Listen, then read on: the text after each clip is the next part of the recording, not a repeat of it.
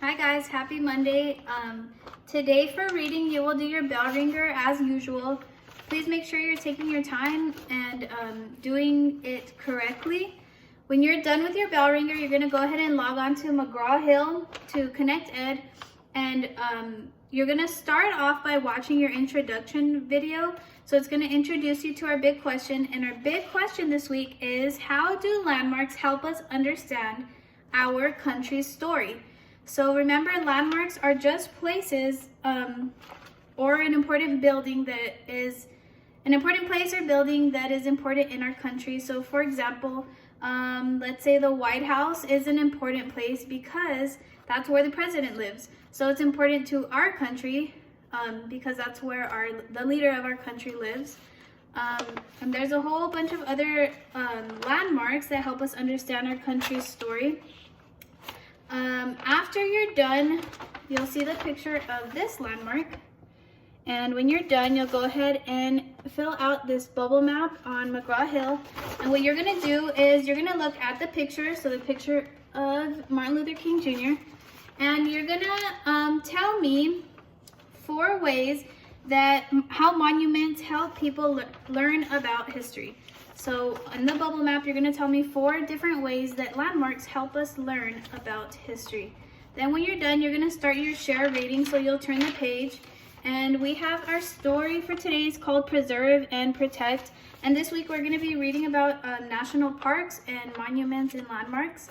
So Preserve and Protect is gonna be a nonfiction story. It's a real story about the Sequoia National Park and different national parks and how we need to preserve them and protect them so that we can keep them around and be able to visit and enjoy the nature that they offer us there. So remember, while you are reading, please answer the side questions on all of the pages.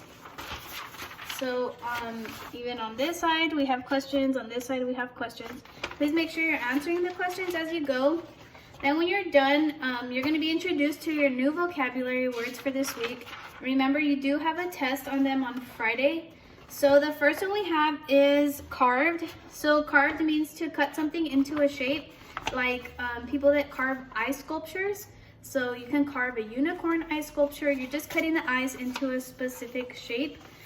You can also carve your name into a tree. It's not good for the tree, but you can carve your name into a tree.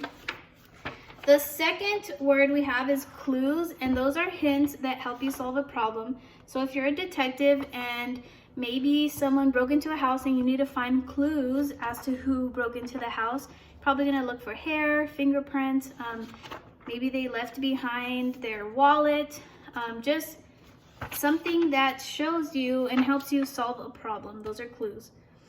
The next word is grand, which means large and splendid. So we have the Grand Canyon. It's a large canyon. It's in Arizona. The Grand Canyon is just a large and splendid canyon. Landmark is an important building or place. So like that MLK, the statue of MLK is a landmark. Or a landmark can be the White House. It can be a national park like Big Bend that we have here in Texas. Another word we have is massive, just means very big. So like if you go to Walmart during Valentine's Day, they have massive candy bars, just very big candy bars. The next word is monument. So that is a building or statue that is made to honor a person or event. So there's this thing, it's called the Lincoln Monument, and it's a huge statue of Abraham Lincoln sitting in a chair. And it's built to honor that person. It's built to honor Abraham Lincoln. The next word is national. So that just means belonging to a nation. So we sing the Star Spangled Banner. That is our national anthem. That song belongs to us as a nation, to America. Every nation has different stuff. Traces is our last one, and that's just small bits or signs left behind showing that something was there. So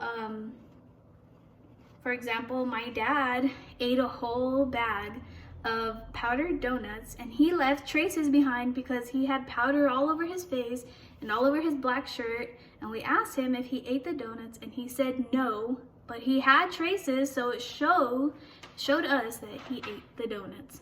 Okay, so those are our vocabulary words. When you're gonna do page 66 and 67 of your reading writing companion, and make sure you answer your blue questions under your vocabulary word. And when you're done with that, you are done with reading for today. Bye guys.